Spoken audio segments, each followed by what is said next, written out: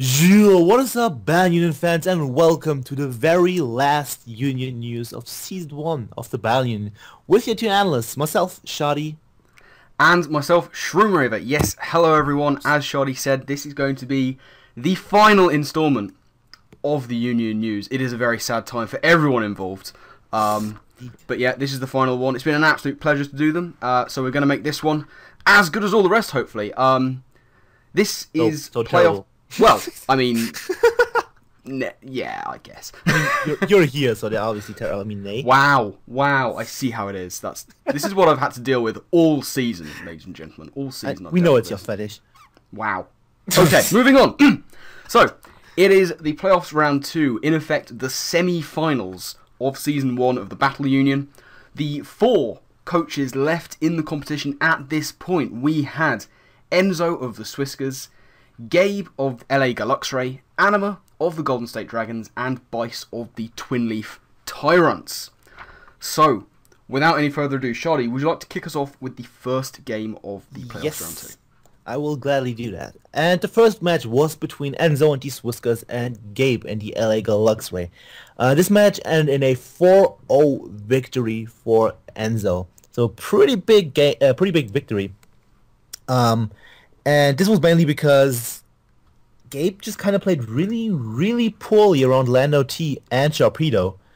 He just kind of switched around and was expecting things to happen, and nothing happened. He just kind of took a lot of damage, which meant Sharpedo got like, I think 2-3 kills or something.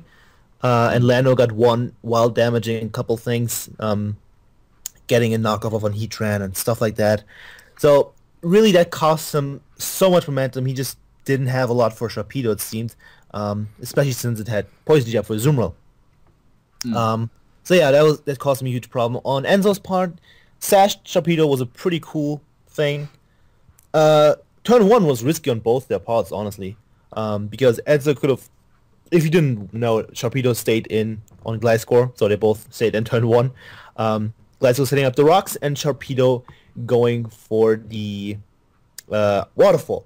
So Sharpedo was Sash, so it could have lived, but he would have risked his Sash, while Gabe was kind of risking taking a huge lot of damage on his Gliscor, which, you don't particularly want that.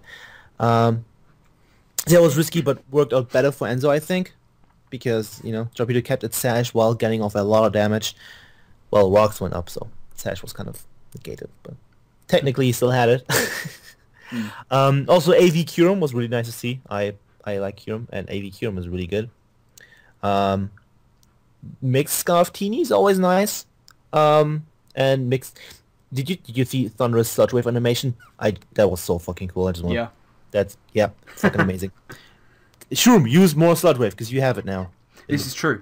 You are not wrong. Just use Sludge Wave every week, even if there's no reason, because it looks cool. Even if it's against poison types. Yes, and steel types especially. Well, yes. You don't see the animation, but still, if you believe hard enough. So yeah, basically Sharpedo did a thing, and it was really painful for Gabe. And Enzo just had a much better game than the last one, a much better matchup. Well, he had the better matchup in the first place, that's what we said before the last game, or after the last game, if I remember correctly, as well. And this time he used it correctly, and he played a really solid game, and Sharpedo is a thing. Yeah, absolutely. I mean, he was allowed to get chip damage on Gabe's team to the point where Sharpedo kind of just swept things aside, and by the time it was ready to go down, it was like way too late for Gabe to mount any kind of comeback. I liked some of the sets that Enzo was bringing. Can we talk about how he brought a much better Mega Venusaur set this time? Yes. We saw Earthquake on the Mega Venusaur. Always nice to see. Now, Gabe, knowing that was a weakness of Enzo's game last time, bringing the Air Balloon Heatran allowed that Air Balloon to be popped far too early with the over-prediction of Uxie. Can we talk about Scarfed Uxie? Scarfed Uxie, yes. Yes, Gabe. All of my yes for that. No. Well, it's easy to forget that Uxie hits base 95, which is not slow. Yeah, but it's also the opposite weak. Of slow. Yeah, it's only base 75 in its attack, so it's less than ideal, I think we'd say. Yeah. But it would have been nice if he'd been able to just land the Ice Punch on Lando first time around. Yeah. Lando, incidentally, hidden power flying, nice and stab. Nice and stab hidden power flying on Lando. The first turn, yeah, it was a risk on both sides. Gabe sees no spinner, he sees no defogger, he sees a rocks weakness. So only natural for him to want to go for it. But potentially looking for the Sharpedo to either protect or switch out, you know. We've seen that matchup before, where Sharpedo does not go for protect on first turn, and gets bopped by a U-turn instead. So that very well could have happened again. But, as I say, it didn't. I think, yeah, towards the middle and end of the game, Gabe was just making unnecessary doubles against Sharpedo. All that came from that was that he allowed that passive and chip damage from Sharpedo to just rack up on his mons to the point where, yeah, there was literally no turning back. And he was unable to do the damage against Enzo. So Enzo marching on with a big 4-0 into the final. So, looking at the second game, let's find out who Enzo's finalist opponent is going to be. We saw Anima and the Golden State Dragons taking on Bice and the Twin Leaf Tyrants. Now, this resulted in effectively a 5-3 victory for Anima through a forfeit. The main thing I have written down about Anima is Furfrou! I was so excited when she brought Furfrou into the squad. I was like, oh my god, yes, it's finally going to happen. We're finally going to see Furfrou do things. I think Furfrou's a great mon. It's contentious. People like to disagree. But I was backing Furfrou to do work. I wasn't backing either of the coaches. I was backing Furfrou. And Furfrou did not disappoint, getting 2 KOs. Not 1, but 2 KOs. On the Pidgeot and the Raichu. But I'll probably come back to wax lyrical about Furfrou a little bit later. Looking at like the rest of Anima's team, some really nice sets. I'm going to let Schady talk about some of them. Yes. Oh my God. But I really enjoyed her very detailed thought process into taking out Mega Pidgeot, which was adamant offensive Hippowdon with Stone Edge, and Custap Berry Endure. And her plan, I don't know. I wanted to say his plan for the Hippo and her plan for Anima, but I suppose Anima is the trainer, the master, so we'll go with her plan. Her plan was to tank a hit from lead Mega Pidgeot, go for the No God Stone Edge and do like 90% to the Pidgeot, then go for Endure on the next attack, get down to Custap, and go for the rocks. This then means that Mega Pidgeot cannot switch out, and if it does and it switches back in, it dies to rocks, and she was then going to bring in Greninja to revenge it. And that was her way of ensuring that rocks stayed up. On her opponent's side of the field, it didn't work because of Hurricane's confusion chance, which is always less than ideal. However, if that was one bit of hacks against Anima, we can't really talk about this match without talking about the 5 paras in total on Aegislash. Yep. 3 of which were in a row. Anima's plan, knowing that Bice's team of massive threats was very, very quick. She was bringing Thunderwave on 2 mons, on the amazing Furfrou, and the Latios set, which I think Schady wants to talk about as well. Defensive Latios. Interesting. And, you know, I get that her thought process was to slow the mons down. This is not a player who plays for hacks. It's just unfortunate for Bice that hacks really came to bite him. All those paras sort of really set him back a hell of a lot. It was unfortunate. You know, Anima noticed that he could only bring in from the bench either Aegislash or Clefable. So the fact that he brought in Aegislash meant he was without a Cleric. So she was able to just pass around Thunderwave like as much as possible. Playing to lower the speed and keep the speed lowered with no Cleric on her opponent's side. But, you know, lots of paralysis against Bice, and he kind of saw that the game wasn't going to go his way towards the end, so he kind of cut it off at the 5-3 point, sending Anima through. Yeah, he forfeited with a lot of salt in his wounds. Yeah, he seemed a little bit salty, but, you know, it happens. It's Pokemon. We all get salty. Yeah. I still don't approve of forfeiting in general in league formats, but that's a different story for a different day. Anyway, let's get into Anima sets that I really like. Grass Knot Bishop, that's the most beautiful thing ever, because not too long ago, actually, I did some calcs for Life Orb Grass Knot Bishop against Swampert, because it was like, hey, Swampert is a good switch into Bishop, right? Let's do this for potential future league matchups. And holy shit, it happened. And she didn't see that because she doesn't follow me on Twitter, so was just two people. Nice and plug, Schady. No, I see you. I knew you would say that. It was not intentional. No, it's just that I did a count, and a couple of weeks later, I see the set, and it just makes me so happy because it does like I think if I recall correctly, it's like 70% or something. It's not more to Swampert. Physical defensive, that is. And then we have Foresight and Mega Man Jam, which is cool, with Fire Punch as well, just in case she cannot get the Foresight off on the Aegis Slash. So that's really solid. Spikes and Greninja is always nice to see. Yeah. Spikes are nice. The thing that you mentioned before, defensive Latios is cool with a Cobbleberry, Cobbleberry Psychic types, the standard dot set at this point. With Dracomir. So defensive with Dracomir, really nice. It just hits like a truck. The T-Wave on Aegis Slash wasn't, you don't want to slow an Aegis Slash down because the anti-speed team was better at that point, probably. It's just that she had nothing better to do at that point. What else is Latios going to do? She didn't want to let the thing set up for absolutely free. So I think it's completely understandable that she went for T-Wave there. She didn't ask for hacks. It's just it happened 5 times. Unfortunate. Yeah. But nothing she can do about it at that point. And also Furfur was a Pokemon that exists. Yeah. So yeah, that's I mean, the Furfur, I thought it put in a huge amount of work for a Furfur. Rocking out with like T-Wave and Snarl, Return and Rest was the moveset. And whilst Bice did get very unfortunate, we did see some of the plays that have allowed him to get to this point. Like the decision to take a switch into Weavile, knocking off the Rocky Helmet that he found out was on Furfur, just to then make sure that Aegis Slash could take as little damage as possible. That was, that was premeditated, played very well around the resting Furfur, knowing what turn he needed to be switching in and out and doing everything like that. He was making some really good decisions like that, and it's decisions like that that have seen him get through to the final. He's clearly a very, very good player, and he was just on the receiving end of some very unfortunate times this game. Yeah. Which was a shame. It was a shame. I have 2 more things about just Anima. She just played so well.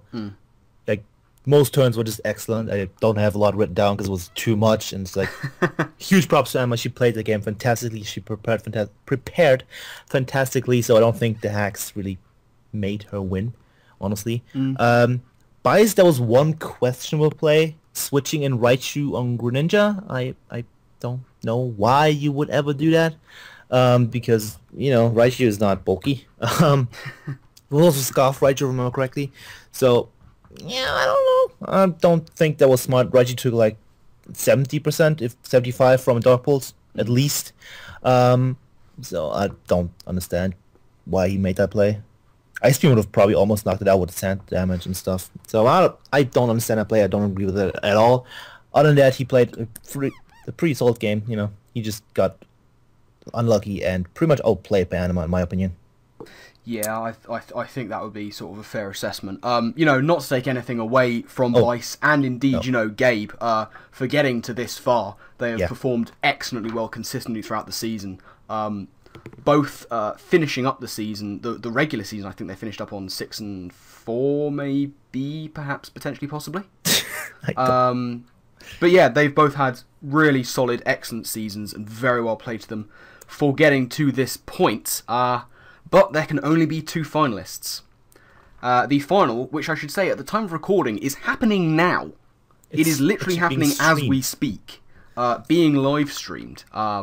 So we might head over there after this if it's still happening. But that final is between Anima and the Golden State Dragons, with an in-season record of 9-2, very impressive, versus Enzo and the Swiskers with an almost equally impressive record of 8-3. What a final match. This is going to be absolutely fantastic to watch. I cannot wait to see it in any shape or form. Do we have any pips for winning this, Schady? Who do we think's got it? I mean, I looked at Enzo's team because he sent it to me beforehand. It's looking really solid, but it's against Anima, so I don't know what to say because they both have been playing really, really well, and I'm expecting Anima to pull out some incredible shenanigans again. So I cannot predict Anima. And it's coming from me. These two have played before, have they not? I forget exactly what the score was in that game. It was, in fact, a 2-0 victory to the Golden State Dragons in Week 4, way back when they met, and yeah, it was a victory for the Golden State Dragons. In fact, they then met again in Week 10. Oh yeah, that's the thing that happened. And I forget who won that one. It might have been the Swiskers. Yeah, Enzo won that one. I think. So that was the one where Anima wasn't too into it. Yeah, so this is kind of like the best of 3 final grudge match. Yeah. Which is going to make it even more entertaining. I am absolutely stoked, looking forward to seeing it, and I hope you all are too. So, make sure to keep an eye out on the respective coaches' channels. I'm sure that match will be going up in the not-too-distant future. Certainly, I would imagine before the end of this week. That match will be out on their channels, and it's going to be an absolute cracker. I am so looking forward to it. If you play someone multiple times with the same team, pretty much, just with a few bench trades that might have happened in between, it's really, really difficult to plan and play. Yeah. Because you know what your opponent brought before, they know what you brought before, so it's really, really difficult. I never had to position myself because that's not a thing in the PPL. Yeah. But in these playoff kind of things, like let it be TBU, let it be GBA and whatnot, it's always really difficult to plan for that. I can't imagine that, because how are you going to surprise the opponent twice, or even 3 times in this case? Yeah. It's really, really difficult. So I'm looking forward to what they can pull out. And who's going to win this match? Absolutely the same. So, that is pretty much going to wrap things up here from the final installment of the Union News. Thank you all so much for watching. Thank you for sticking with myself and Schady throughout all the weeks of games. And the shit talking. And the shit talking. You have endured that with us, and we thank you for that. We love you for that. Thank you also, of course, to Fredo and Sis, who was involved in getting myself and Schady involved, and to everyone involved in the TBU for making this such a fantastic league to be a part of. It's been an absolute blast recording the Union News for you all, and indeed going over all the games, watching them. They've all been fantastic in their own way, be it through fantastic skill of battling, or some of the strange sets that we have seen. Yep. I can only echo what Shroom said. Thank you to everyone. It was a blast doing this. However, next season I probably will only be doing power rankings because of time issues. So you might see someone else. Maybe I will still do it. Yeah. We'll see how I can fit this, but don't be too sad when you don't see me. You'll probably be super happy because, Yeah, I mean, no one really more professionalism, Not like shit talking Frito. Also, Frito, you still need to get good for next season. There it is. That's the main goal for next season. See if Frito get good finally. Shardy's final advice to Frito. But yeah, we will possibly, potentially, maybe, perhaps be back in some shape or form in an analyst role for next season. So do make sure that you keep up to date with what is going on in the TBU. I'm sure links to the Twitter will be down in the description. Make sure to head over there and follow for all the news, all the updates of what's going to be happening, how sort of prepared everything is for next season, which I'm sure will be happening at some point. Yep, I think that's one thing we should probably mention. I'm not sure if we were supposed to, but we can, because it's a thing that's confirmed. Keep a look on the YouTube channel of the TBU, because they're going to be new coaches, and you don't know how that's going to happen, so you might want to look and see what happens. Yeah, I mean, definitely, for all your news, the YouTube channel, the Twitter, keep up to date with them, because everything you need to know will certainly be published in one of those places for you all to have a look at and keep up to date with. But as for us, we are going to get out of here for the final time. So thank you all so very much for watching this and all the other videos. We do hope that you have enjoyed. As we said, keep an eye out for the finalist battles, which will be going up on their respective channels in the not too distant future. But that is going to be it from us. So our final thank you to you all for watching, and I guess we might see you next time. So take care, TBU fans. Goodbye. Goodbye.